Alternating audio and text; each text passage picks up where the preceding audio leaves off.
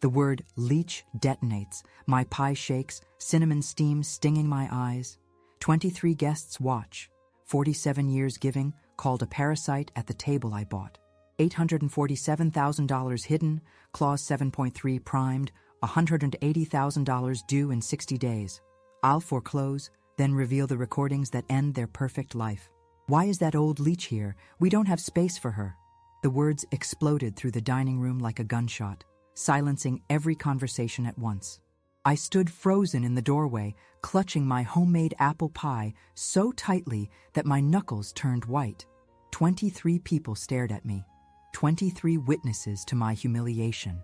And there was Veronica, my daughter-in-law, standing beside the mahogany table I had helped them buy, wearing the diamond earrings I had given her last Christmas, calling me a parasite in my own son's home.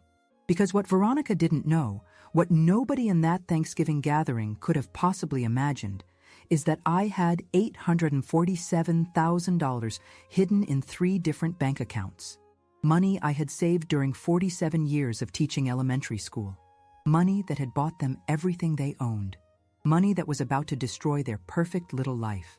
And I was about to teach them the most expensive lesson of their lives. My name is Gloria Peterson. I'm 72 years old, and this is the story of how a worthless old leech crushed the ungrateful children who tried to throw her away. I'm so grateful you're here listening to my story. You know, when I decided to share this, I wasn't sure anyone would believe that a retired teacher could turn the tables so completely. If you've ever felt invisible in your own family, or if you know someone who's been discarded by people they sacrificed everything for, please hit that like button. While I tell you the rest, if you could subscribe to the channel, it would help me reach more people who need to hear that it's never too late to fight back. And tell me in the comments, where are you listening from? I want to know how far these stories of justice are reaching.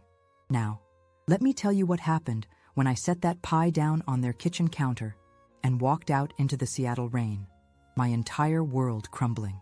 The cold November air cut through my wool coat like ice through skin. My hands trembled as I fumbled for my bus pass, the humiliation burning in my chest, worse than any physical pain I'd ever endured. For 67 years, I had never been spoken to like that, never been reduced to something so small, so worthless. The number 7 bus to Capitol Hill arrived, its doors hissing open like a mouth ready to swallow me whole. I sat in the back, invisible among the evening commuters, and let the tears come. Not the gentle tears of a sad movie, but the ugly, body-shaking sobs of a woman whose heart had just been ripped out by the people she loved most. Through the rain-streaked window, I watched Seattle blur past, the city where I had taught 3 generations of children, where I had built my life one small paycheck at a time. By the time I reached my small Capitol Hill apartment, something had shifted inside me. The tears had stopped, the shaking had ceased, and in their place, a cold, calculating clarity had taken root. I unlocked my door, hung my coat on the hook Mark had installed for me 10 years ago, and walked directly to my bedroom closet. Behind my winter dresses, in a shoebox that hadn't been opened in 3 years, I found what I was looking for. A manila folder labeled Family Loan, Legal Documentation. My fingers, steady now despite everything, pulled out the contract I had almost forgotten about. 20 pages of legal language that Mr. Harold Matthews, my attorney, had insisted upon when I gave Mark and Veronica the $180,000 for their house down payment back in 2019. Mrs. Peterson, Mr. Matthews had said, adjusting his wire-rimmed glasses, I understand this is a gift of love, but protect yourself. Structure it as a family loan with a forgiveness clause. If the relationship sours, you'll have legal recourse. I had laughed at the time. Harold, you're being paranoid. Mark would never turn against me. Harold Matthews had been right, and I had been a fool. The contract was crystal clear. The $180,000 had been structured as an interest-free family loan with monthly payments of $1,500 that I had voluntarily forgiven for the past 5 years. But Clause 7.3 was particularly interesting. In the event of material breach of family relationship, including but not limited to disrespect, abandonment, or verbal abuse, the full principal amount becomes immediately due and payable. Material breach of family relationship. Calling your mother-in-law an old leech in front of 23 witnesses certainly qualified. I set the contract on my kitchen table and made myself a cup of Earl Grey tea. As the tea steeped, I calculated. The house down payment, $180,000. Mark's college tuition at University of Washington, $67,000. The new Honda Civic I'd bought him for graduation, $23,000. Veronica's engagement ring, because Mark couldn't afford what she deserved, $8,500. Their kitchen renovation when little Emma was born, $15,000. The family vacation to Hawaii last year, $12,000. Wedding expenses I'd covered because her parents couldn't contribute, $31,000. The receipt shoebox in my bedroom yielded even more evidence. Grocery bills I'd paid when Mark was between jobs, $4,200. Medical bills for Emma's broken arm, $3,800. Car insurance I'd covered for 18 months, $2,700. Christmas gifts, birthday parties, school supplies, clothing for Emma, $8,300. Total, $355,500. $355,500 I had given them over 13 years. That was $27,346 per year, $2,279 per month, $74.80 per day. Every single day for 13 years, I had given them the equivalent of a nice dinner out. And tonight, I had been called a leech. My hands weren't shaking anymore. They were steady as surgical instruments as I reached for my phone and dialed Harold Matthews' home number. He answered on the second ring, his voice warm despite the late hour. "Gloria, is everything all right?" "Harold, I need to exercise Clause 7.3 of the family loan agreement. First thing Monday morning." There was a pause. Then, with the satisfaction of a man who had seen this coming, Harold said, "I'll have the demand letter ready by noon." "What happened?" I told him. Every word, every witness, every humiliating detail. "Gloria," Harold said when I finished, "I'm going to make this very simple for them. 60 days to repay the full amount or we foreclose on the house. No negotiation, no payment plan, no family discount. What are the chances they can pay?" Harold chuckled grimly. "Based on the credit reports I pulled when we first drew up this agreement, 0. They're leveraged to the hilt. Car payments, credit cards, Emma's private school tuition.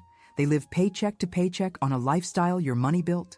"Good," I said, and the word tasted like justice. Monday morning arrived gray and drizzly, typical for Seattle in late November. I dressed carefully in my navy blue suit, the one I'd worn to parent-teacher conferences for 25 years. Professional, authoritative, unbreakable. At exactly 9 a.m., I walked into Harold Matthews' law office in the Columbia Center, my spine straight and my purpose clear. "The demand letter goes out today," Harold confirmed, sliding the official document across his mahogany desk. "Certified mail, return receipt requested. They'll have it by Wednesday." I read through the legal language, each word sharp as a blade. Immediate repayment of principal amount $180,000. Failure to comply will result in foreclosure proceedings. No right of renewal or extension. "Harold," I said, looking up from the letter, "what happens if they try to negotiate?" "We don't," he replied firmly. "You've been more than generous for 5 years. They made their choice when they humiliated you in public. Now they live with the consequences." Wednesday evening, my phone rang. Mark's number flashed on the screen. I let it ring 4 times before answering, each ring a small act of power I had never exercised before. "Mom?" His voice was strained, desperate. "We got this letter from a lawyer. I don't understand. You called me a leech, Mark." "That wasn't me. That was Veronica. I tried to stop her. You stood there. You said nothing. You told me to come back another day instead of defending me. Mom, please, we can't pay this. You know we can't pay this." For 47 years, I had been a teacher. I knew exactly how to deliver a lesson that would never be forgotten. "Mark, for 13 years, I gave you $74.80 every single day. I went without vacations, without new clothes, without dining out, so you could have everything you wanted. And when I walked into your home carrying a pie I had made with love, your wife called me a parasite. You want to know what a real leech looks like? It's someone who takes and takes and takes, then spits on the person who gave them everything. But we're family. Family doesn't humiliate family in front of strangers, Mark. You have 57 days to find $180,000. After that, the house goes to foreclosure auction. I hung up. The next 6 weeks were a masterclass in panic and desperation.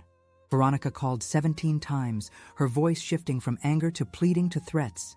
"You're destroying your own son's life," she screamed during one particularly memorable voicemail. "Emma will be homeless because of your selfishness." Mark tried a different approach, showing up at my apartment with flowers, with letters from Emma, with promises that things would change. Each time, I listened politely from behind my locked door and said the same thing. 54 days left, Mark. 51 days left. 47 days left. They tried to get a loan. Every bank in Seattle turned them down. Their credit was destroyed by years of living beyond their means on my supplemental income. They tried to sell Veronica's jewelry, her designer handbags, Mark's golf clubs. It raised $31,000, not nearly enough. They begged Veronica's parents for help. Her father, a successful real estate developer, could have written the check without blinking. But when he learned what Veronica had called me, when he discovered how they had treated the woman who had funded their entire lifestyle, he refused. "You made your bed," he told them. "Now lie in it." On January 15th, 2025, at exactly 10 a.m., I stood on the steps of the King County Courthouse for the foreclosure auction. The morning was crisp and bright, the kind of Seattle winter day that makes you remember why you love this city, despite all its rain. Harold stood beside me, a thick folder of documents in his briefcase, a satisfied smile playing at the corners of his mouth. "You sure about this, Gloria?" he asked one final time. I looked across the street and saw them. Mark, Veronica, and 7-year-old Emma standing beside their packed Honda Civic. Everything they owned was crammed into that car and a small U-Haul trailer. Veronica was crying behind oversized sunglasses that couldn't hide her red, swollen eyes. Mark kept checking his phone, probably hoping for a last-minute miracle that would never come. "I've never been more sure of anything in my life," I replied. But what they didn't know, what nobody at that auction could have possibly imagined, was that I wasn't there just to watch their house get sold. I was there to buy it myself. The foreclosure auction was scheduled for 10:30 a.m., but I arrived at 9:15, clutching my pre-approved cashier's check for $200,000. Harold had insisted on the early arrival. "Gloria, in foreclosure auctions, preparation is everything. We need to see who else shows up, what the competition looks like." As we climbed the courthouse steps, Harold's phone buzzed. He glanced at the screen and frowned. "It's my paralegal, Jennifer. She's been doing additional research on your son's finances." He answered the call, his expression growing darker with each passing second. "Harold, what is it?" I asked when he hung up. "We need to talk, privately." He guided me to a quiet corner of the courthouse lobby, his face grim. "Gloria, Jennifer found something disturbing. Very disturbing." My stomach clenched. "What kind of something?" Harold pulled out his tablet, swiping to an email with several attachments. "Remember how I pulled their credit reports when we drafted the original loan agreement? Well, Jennifer decided to run updated reports yesterday, just to be thorough." He handed me the tablet. "Look at this." The credit report showed Mark and Veronica's financial history in brutal detail. But what made my blood run cold was a section I had never seen before. Joint Financial Planning Services, Sterling and Associates. "What is Sterling and Associates?" I asked. "A financial consulting firm that specializes in, let's call it creative wealth management for people with elderly family members," Harold said carefully. Jennifer did some digging. "They're notorious for coaching clients on how to maximize inheritance potential." "You mean they teach people how to steal from their parents?" "Not steal. That would be illegal. They teach strategies for accelerating intergenerational wealth transfer." Harold's voice dripped with disgust. "Look at the consultation dates." I scanned the document. The first consultation with Sterling and Associates was dated March 15th, 2022. Almost 3 years ago, long before our relationship had deteriorated, long before the Thanksgiving incident. "Harold, this means they didn't start treating you badly because they got greedy. They got greedy first, then started treating you badly as part of a calculated plan." My hands began to shake. "How long have they been planning this?" Harold swiped to another document. "According to Jennifer's research, Sterling and Associates charges $15,000 for their elderly relative optimization program. Mark and Veronica paid that fee in full on March 22, 2022. The courthouse lobby seemed to tilt around me. I grabbed Harold's arm for support. They paid $15,000 to learn how to manipulate me? It gets worse. Harold's voice was barely above a whisper. Jennifer found the consultation notes in a database leak from 6 months ago. The plan they developed specifically targeted you, Gloria. They knew about your savings. They knew about your soft heart. And they knew exactly how to exploit both. He showed me another screen, this one containing bullet points that made me feel physically sick. Target shows classic, generous grandmother psychology profile. Estimated liquid assets, $800,000, $200,000 based on employment history. Emotional triggers, grandchild welfare, son's approval, family unity. Recommended isolation strategy, gradual reduction of social invitations. Recommended dependency strategy, increase financial requests during emergencies. Timeline for full asset transfer, 5 to 7 years. I sank onto a nearby bench, the tablet trembling in my hands. They studied me, like a lab rat. Gloria, there's more. The consultation notes include recordings of their planning sessions. Recordings? Harold nodded grimly. Sterling and Associates records everything for training purposes. Jennifer accessed the files through, let's say, unofficial channels. Do you want to hear them?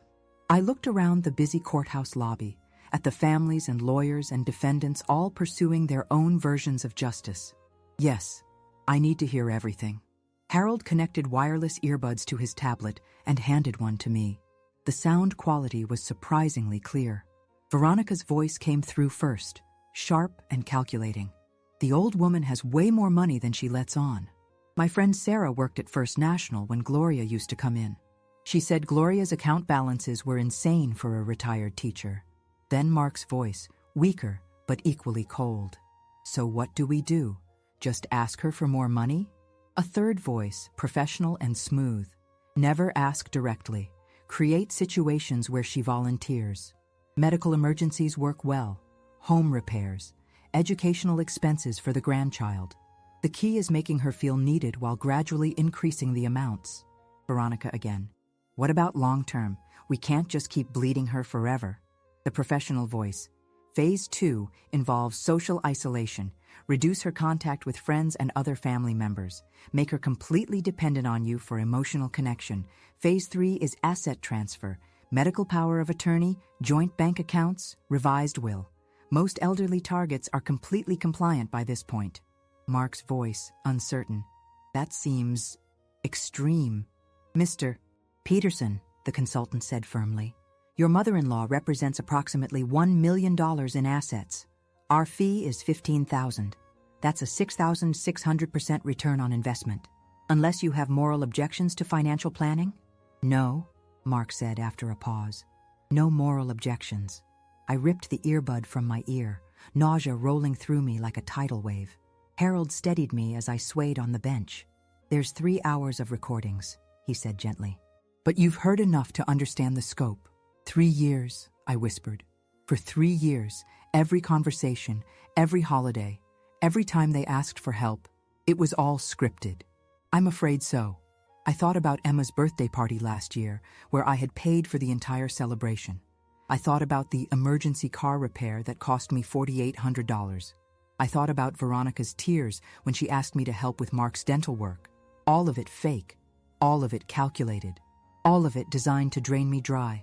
Harold, I want copies of everything. Already done. Jennifer is preparing a complete dossier. And I want to know about other clients.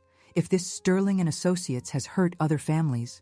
Harold's expression shifted from sympathetic to predatory. Now you're thinking like a prosecutor. We can make this much bigger than just recovering your money. As if summoned by our conversation, a middle-aged woman in a smart gray suit approached our bench. Excuse me, are you Mr. Matthews? I'm Detective Sarah Chen, Financial Crimes Division. I believe your paralegal contacted our department about some recordings. Harold stood and shook her hand. Detective Chen, perfect timing. This is my client, Gloria Peterson. She's the primary victim in what we believe is a significant elder financial abuse case. Detective Chen sat down beside me, her expression kind but professional. Mrs. Peterson, I've been investigating Sterling and Associates for 8 months. We have 12 other families who've filed complaints, but none with the kind of documentary evidence your lawyer's paralegal uncovered. Would you be willing to help us build a case?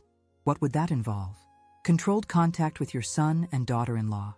Recorded conversations where we try to get them to admit to the conspiracy. It's completely voluntary, and we'll have officers nearby for your safety. I looked at Harold, then back at Detective Chen. Will it help the other families? Absolutely. Your case could be the key to shutting down their entire operation and recovering money for all the victims. I thought about 12 other families. 12 other grandmothers and grandfathers who had been studied, manipulated, and drained by people they trusted. 12 other hearts broken by calculated cruelty disguised as love. Detective Chen, what do you need me to do? She smiled for the first time since our conversation began. Help us catch them in the act. One more time. Harold checked his watch. The auction starts in 20 minutes. Are we still proceeding with the foreclosure? I stood up, my legs steady now despite everything I had learned. Absolutely. But now it's not just about getting my money back. I looked at Detective Chen. It's about making sure they never hurt another family again. As we walked toward the auction room, I felt something I hadn't experienced in 3 years. Purpose. They had turned me into their victim, studied my weaknesses, and plotted my destruction. But they had made one critical mistake. They had underestimated exactly how dangerous a retired teacher could be when she finally understood the lesson plan. The auction room buzzed with the energy of 23 potential buyers, but I only had eyes for one bidder, myself. Harold sat beside me, a thick folder of pre-approved financing documents at his fingertips. At 10:30 sharp, the auctioneer took his position behind the podium. Ladies and gentlemen, we begin today with property or 47B, a 4-bedroom colonial at 2847 Maple Street, Bellevue. Opening bid is $185,000. I raised my paddle immediately. Around the room, 5 other hands went up. The bidding escalated quickly. $190,000, $195,000, $205,000. When it reached $220,000, only 3 bidders remained. At $240,000, just 2. At $250,000, only me. Going once, going twice, sold to bidder number 73 for $250,000. Harold squeezed my shoulder as I signed the purchase documents. Congratulations, Gloria. You just bought your son's house. But the victory felt hollow compared to what Detective Chen had revealed. As we walked out of the courthouse, she handed me a business card with a phone number written on the back. Mrs. Peterson, call me tomorrow. We're going to need your help with something bigger than you can imagine. That evening, alone in my Capitol Hill apartment, I stared at the deed to 2847 Maple Street, the house where I had celebrated Emma's birthdays, the house where I had cooked Thanksgiving dinners, the house that my money had purchased and that my son had turned into a weapon against me. My phone rang. Mark's number. Mom, we heard about the auction. I don't understand how you could... Mark, I need to ask you something, and I want you to be honest with me. A pause. Okay. Have you ever heard of a company called Sterling and Associates? The silence stretched so long, I thought the call had dropped. Finally, Mark's voice, barely audible. How do you know about that? So you admit you hired them. Mom, it's not what you think. What I think, Mark, is that you paid $15,000 to learn how to steal from me. What I think is that you and Veronica spent 3 years following a script designed to isolate me and drain my savings. What I think is that every emergency, every crisis, every tearful plea for help was a lie. Mom, please let me explain. I hung up. The next morning, Detective Chen called at exactly 8 a.m. Mrs. Peterson, can you come to the station? There's something you need to see. The Seattle Police Department's Financial Crimes Division occupied the 3rd floor of a nondescript building in Pioneer Square. Detective Chen led me through a maze of cubicles to a small conference room where a thin woman with graying hair was waiting. Gloria, I'd like you to meet Margaret Holloway. Margaret, this is the woman I told you about. Margaret stood and shook my hand, her grip firm despite her obvious frailty. Mrs. Peterson, Detective Chen says you're the one who's finally going to help us stop these monsters. Monsters? Margaret sat back down, her hands trembling slightly. My daughter and son-in-law hired Sterling and Associates 2 years ago. They convinced me to sell my house and move into a senior living facility. They said they were worried about my safety, that I was getting forgetful. Her voice broke. I wasn't getting forgetful. I was being drugged. Detective Chen opened a thick file folder. Margaret's case is one of 12 we're investigating, but hers is the most severe. Her daughter was putting crushed sleeping pills in her morning coffee to make her appear confused and disoriented. My stomach churned. That's attempted murder. It gets worse, Detective Chen continued. The Sterling consultation notes for Margaret's case specifically recommended cognitive impairment simulation as a strategy for accelerating guardianship proceedings. Margaret wiped tears from her eyes. They were 3 weeks away from having me declared incompetent when my grandson figured out what was happening. He found the pill bottles hidden in his mother's purse. How much money did they take? I asked. $1.2 million. My entire life savings, plus the equity from my house. Margaret's voice was steady now, fueled by righteous anger. They spent it on a new BMW, a boat, and a vacation home in Cabo. Detective Chen spread 12 file folders across the conference table. 12 families, Mrs. Peterson. Total theft, $8.7 million. Ages of victims range from 65 to 89. Sterling and Associates has been operating for 4 years, and we estimate they victimized at least 30 families during that time.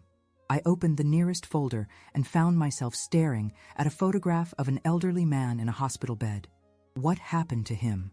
Robert Chen, age 73. No relation to me, Detective Chen explained.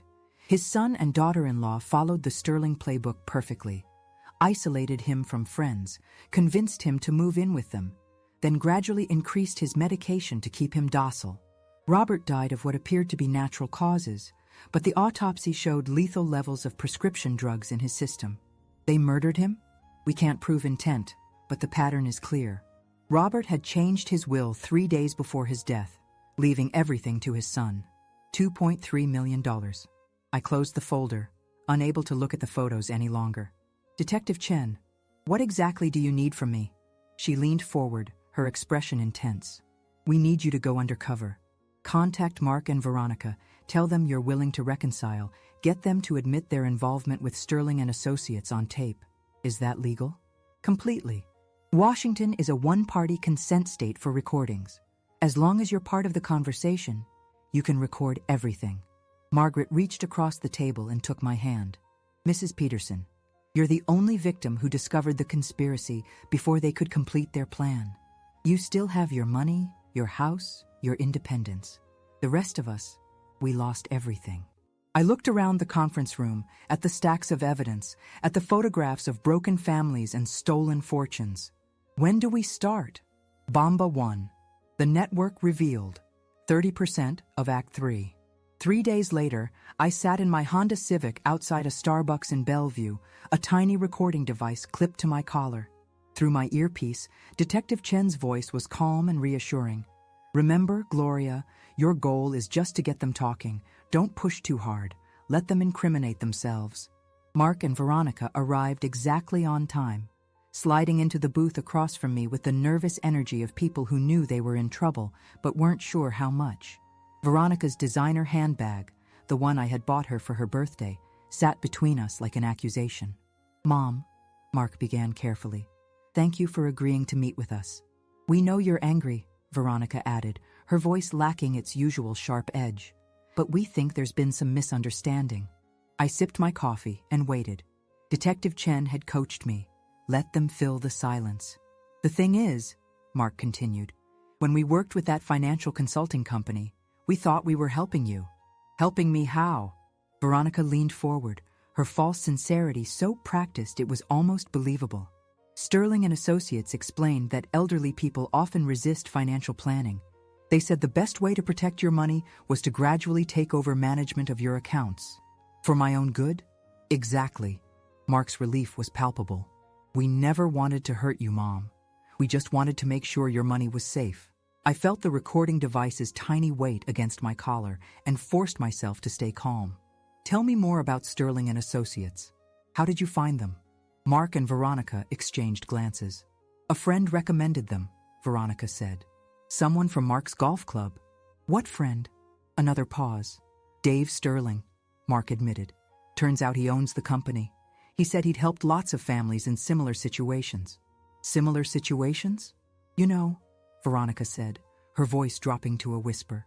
Elderly relatives with substantial assets who weren't being practical about estate planning. The words hit me like physical blows, but I kept my expression neutral. And what did this Dave Sterling suggest you do? Mark looked uncomfortable now. He said the key was making you feel needed while gradually increasing your financial contributions to our household. Then, once you were emotionally dependent on us, we could start the process of asset transfer. Asset transfer? Joint bank accounts, revised will, medical power of attorney, Veronica recited like a student reading from a textbook. Standard stuff for family financial planning. I set down my coffee cup carefully. And how much did you pay Sterling and Associates for this advice? $15,000, Mark said. But Mom, think about it. That's less than you gave us for the kitchen renovation alone.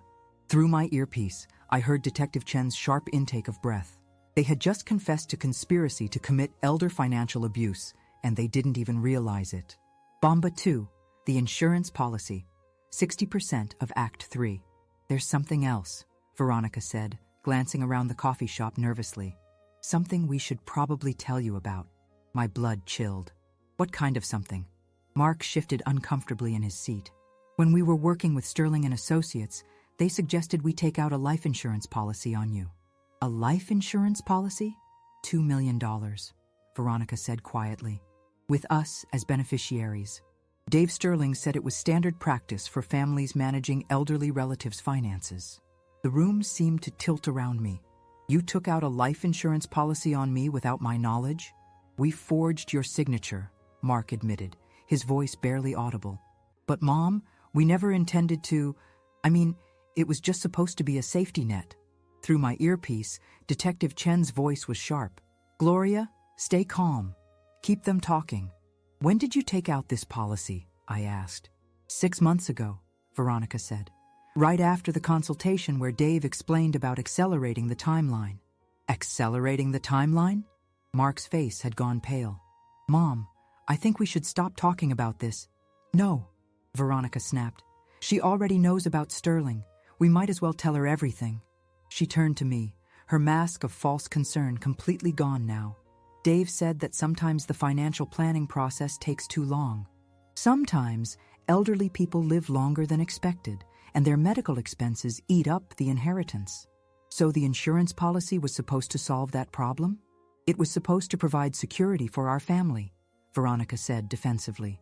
Emma's education, our retirement, the house payments, the house I bought for you, the house you gave us, Mark corrected, and then took back like some kind of vindictive. Careful, Mark, I said softly. Choose your next words very carefully. In my earpiece, Detective Chen was practically shouting, That's it, Gloria! We have everything we need. Get out of there now! But I wasn't finished. Not yet. Bomba 3, the final revelation, 90% of Act 3. There's one more thing I need to understand, I said, leaning back in my chair. Dave Sterling's timeline for accelerating the process. What exactly did that involve? Mark and Veronica exchanged another look, this one filled with panic. Mom, I think we should… Mark started. It involved making you sick, Veronica interrupted, her voice flat and emotionless. Dave said that if you developed health problems, it would be easier to get medical power of attorney. My heart stopped. Making me sick? How? Small doses of medication in your food, she said, as casually as if she were discussing the weather. Nothing fatal, just enough to make you seem confused, forgetful, maybe a few falls, some dizzy spells. You were poisoning me. We never actually did it, Mark protested. It was just theoretical. Dave explained the process, but we never… Yes, we did, Veronica said quietly. Mark, she's going to find out anyway. The blood tests will show… What blood tests? I asked. Veronica's face crumpled. When you fell down the stairs at our house last month, remember? You said you felt dizzy? That was the beta blocker I put in your coffee. The coffee shop seemed to fade around me. Last month, I had visited Mark and Veronica for Sunday dinner. I had felt strange, lightheaded, and had missed the bottom step going to their basement. I'd assumed it was just age catching up with me. You drugged me. Just once, Mark said desperately. And when you fell, we realized how dangerous it was. We stopped immediately. You stopped because I stopped coming to your house, I said, the pieces finally clicking into place. After that fall, I started declining your dinner invitations. Dave was furious, Veronica admitted. He said we were losing momentum, that you were becoming suspicious. That's when he suggested the public humiliation strategy, the Thanksgiving incident. He said if we made you desperate for family connection, you'd be more willing to sign financial documents, joint accounts, power of attorney, will revisions. I stood up slowly, my legs shaking with rage and adrenaline. And if I had signed those documents? Mark couldn't meet my eyes. Dave said the insurance policy would pay out within 18 months. 18 months. Veronica's voice was barely a whisper. Car accident, heart attack, medication overdose. He said there were lots of ways to make it look natural. In my earpiece, Detective Chen's voice was sharp and urgent. Gloria, we're moving in. Keep them talking for 30 more seconds. One last question, I said, my voice steady despite the hurricane of emotions raging inside me. The other families, Margaret Holloway, Robert Chen, the others. Did you know about them? Dave showed us the testimonials, Mark said numbly. Success stories, he called them. Families who had successfully completed the wealth transfer process. You knew they were murdering elderly people for their money, and you still hired them? We thought we were different, Veronica protested. We thought we could just take your money without the other stuff. But you were willing to do the other stuff, I said. When the money wasn't enough, you were willing to drug me, to forge insurance policies, to plan my death. Through the coffee shop windows, I saw police cars pulling into the parking lot. Detective Chen and 4 uniformed officers were walking toward the entrance. Mom, Mark said, finally understanding that something was very wrong. What's happening? I reached up and unclipped the recording device from my collar, holding it up so they could see it clearly. What's happening, Mark, is that you and your wife just confessed to conspiracy to commit elder abuse, insurance fraud, and attempted murder. What's happening is that you're going to prison for a very long time. The color drained from both their faces as the police officers entered the coffee shop. Mrs. Peterson, Detective Chen said formally, please step away from the suspects. As the officers read Mark and Veronica their rights, I walked outside into the crisp Seattle air. My phone buzzed with a text message from Harold Matthews. Gloria, I've been monitoring the police band. Did you really get them to confess to everything? I typed back, everything and more. They took out a life insurance policy on me. Jesus Christ, how much? $2 million. Gloria, do you understand what this means? You weren't just dealing with financial abuse. You were dealing with a murder-for-hire scheme. I looked back through the coffee shop window, where Mark and Veronica were being handcuffed while other customers stared in shock and confusion. My son and daughter-in-law, who had shared my table at countless family dinners, who had hugged me goodbye after every visit, who had called me Mom and Grandma for 13 years. They had been planning to kill me.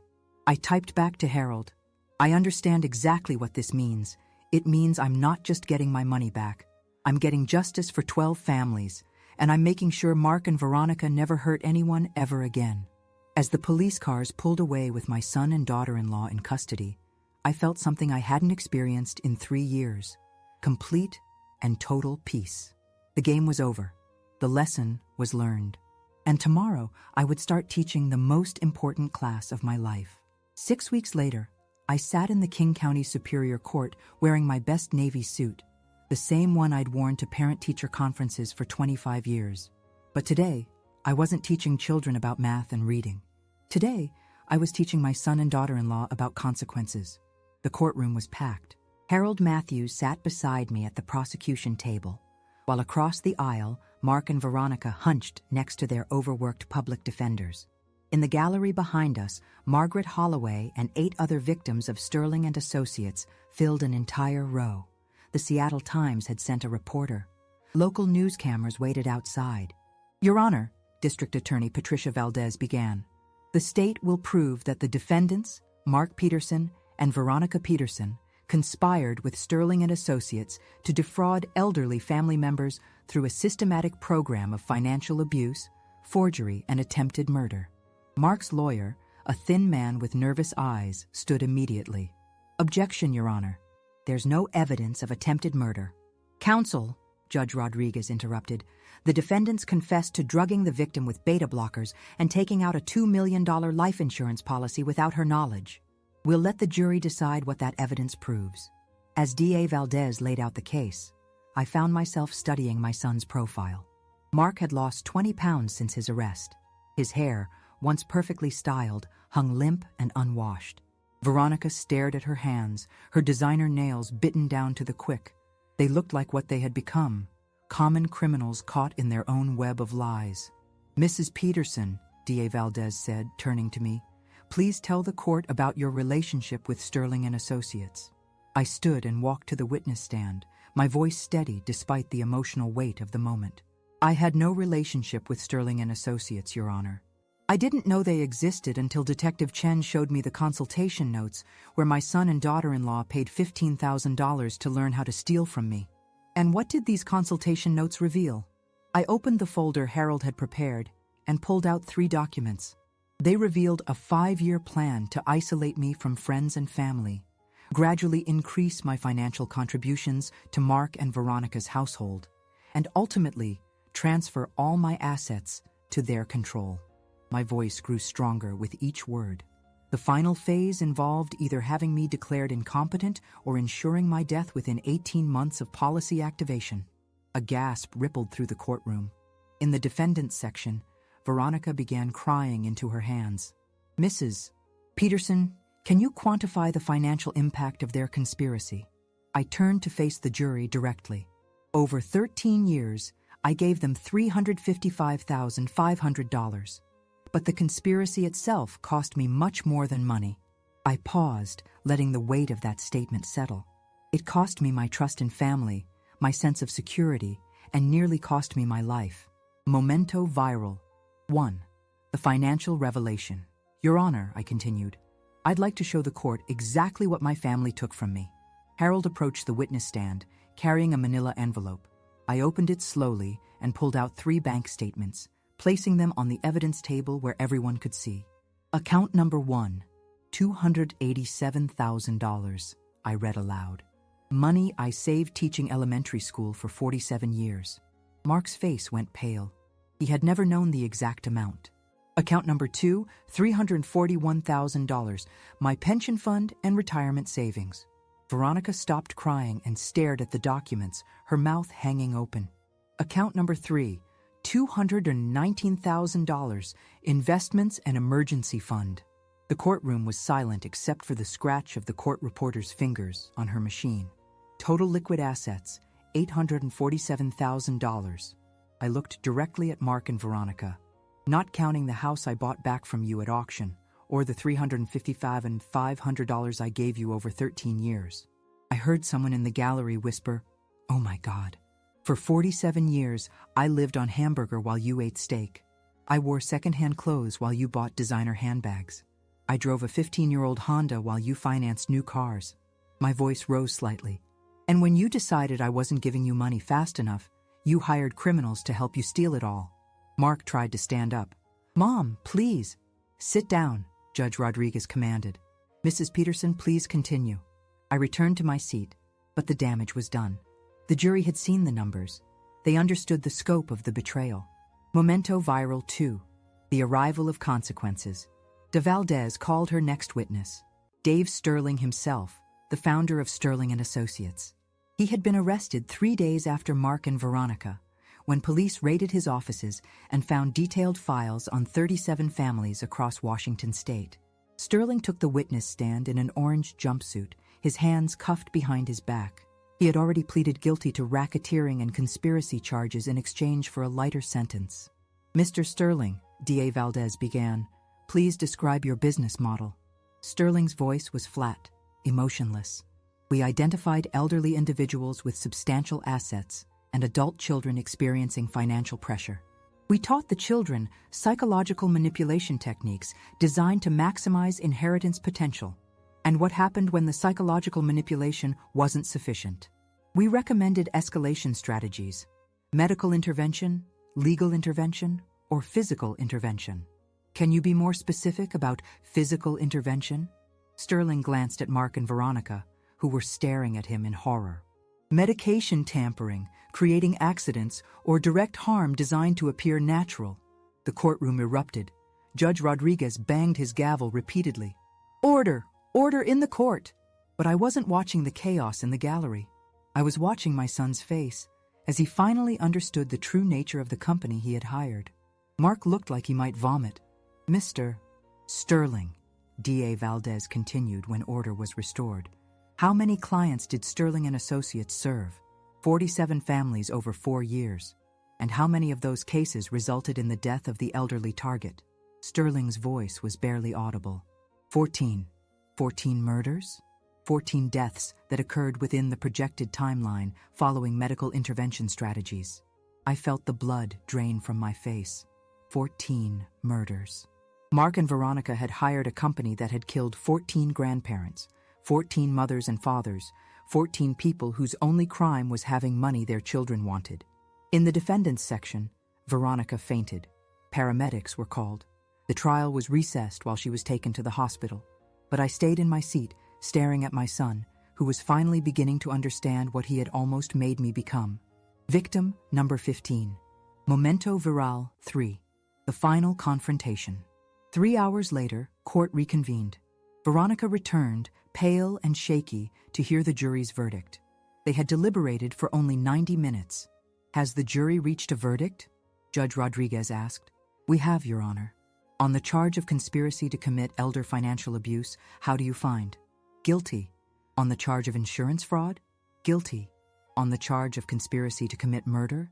Guilty. The word guilty echoed through the courtroom 6 more times as the jury convicted Mark and Veronica on every single charge. When it was over, they faced a combined sentence of 45 years in prison. But Judge Rodriguez wasn't finished. Before I pronounce sentence, I'm going to allow the victim to address the defendants. Mrs. Peterson, do you have anything you'd like to say? I stood slowly and walked to the podium in the center of the courtroom.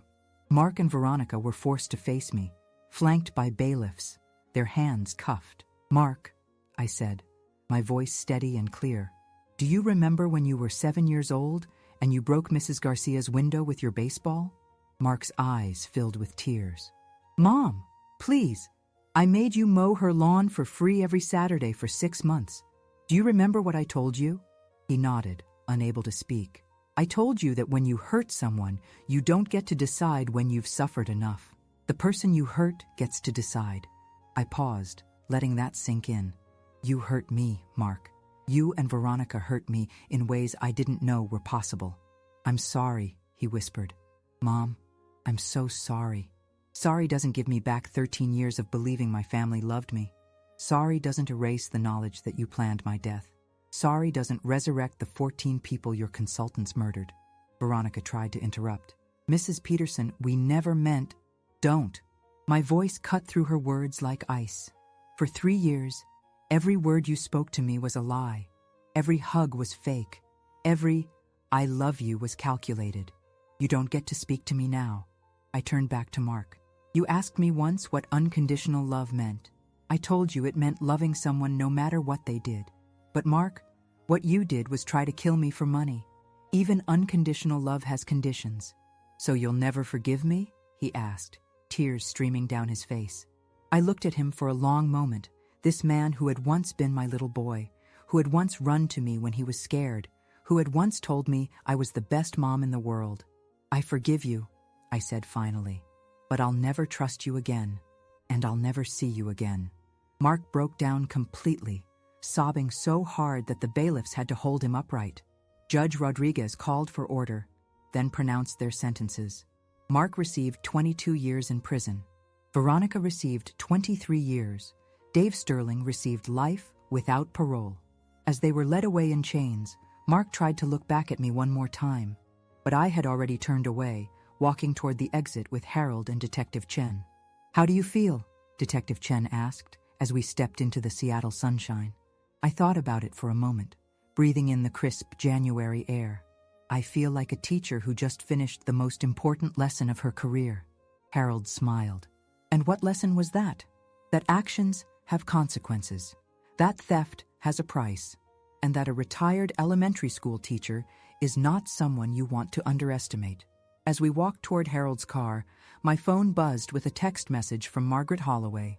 Gloria, we did it. Sterling and Associates is finished. 14 families are getting their money back. Thank you for being brave enough to fight. I typed back, thank you for showing me I wasn't alone. Because that's what I had learned through all of this. I wasn't the only grandmother who had been betrayed.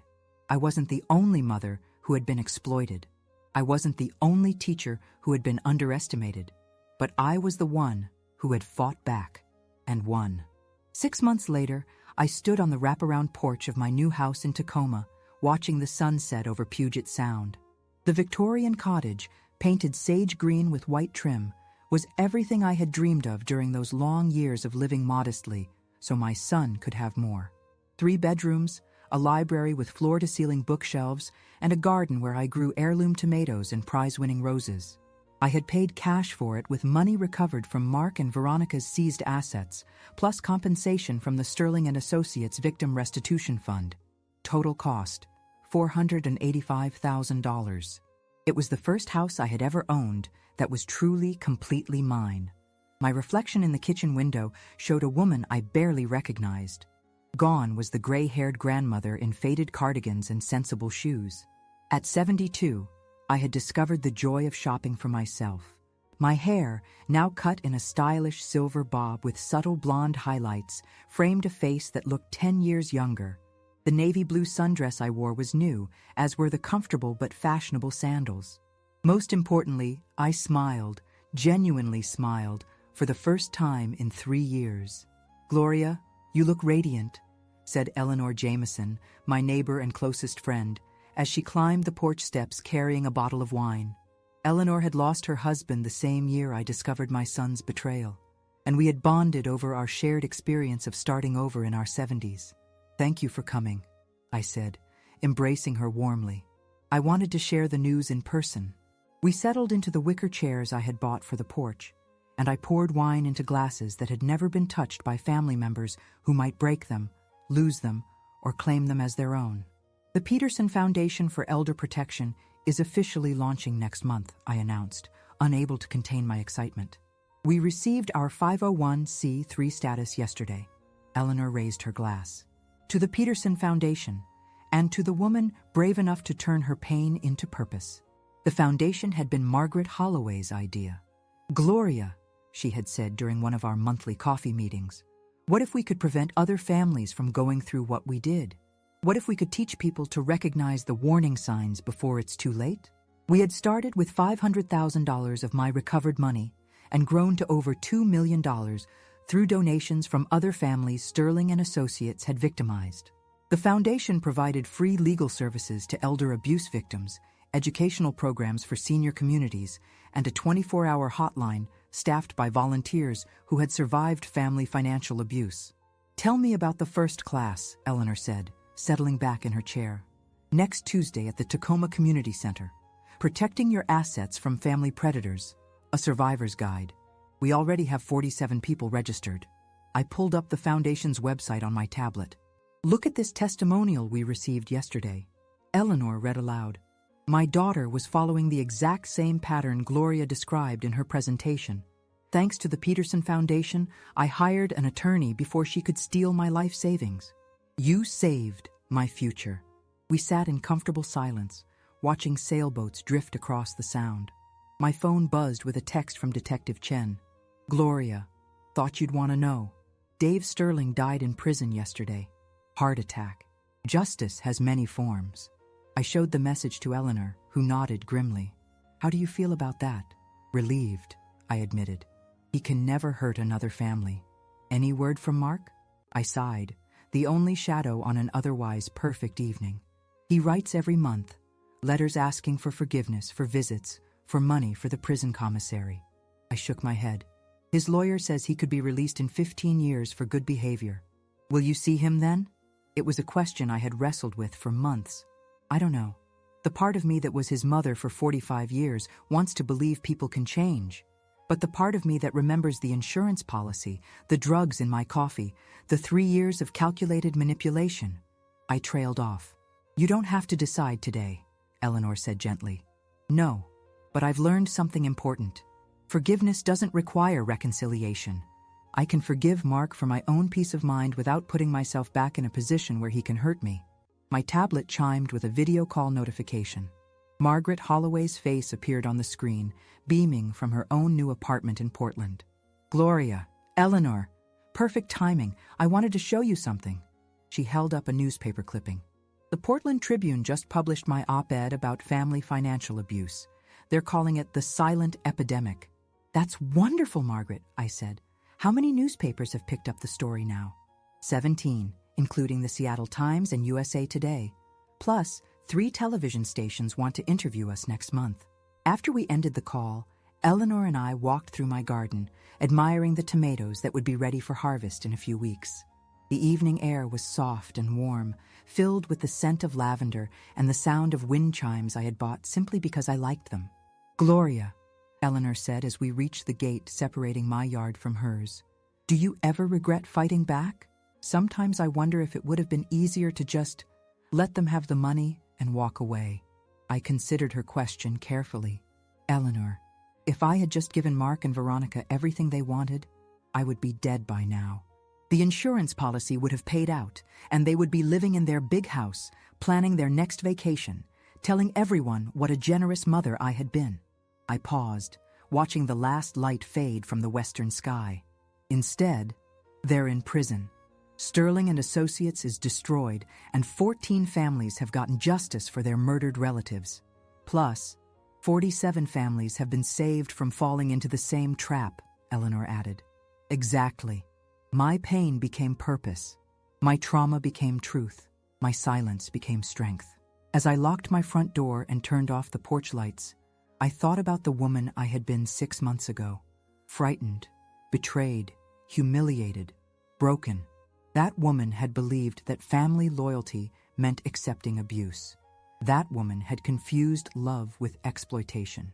The woman I was now understood that respect must be earned, that trust must be rebuilt, and that sometimes the people who hurt you most are the ones you least expect. I climbed the stairs to my bedroom, my sanctuary, decorated with furniture I had chosen, books I wanted to read, photographs of friends who valued me for who I was, not what I could give them.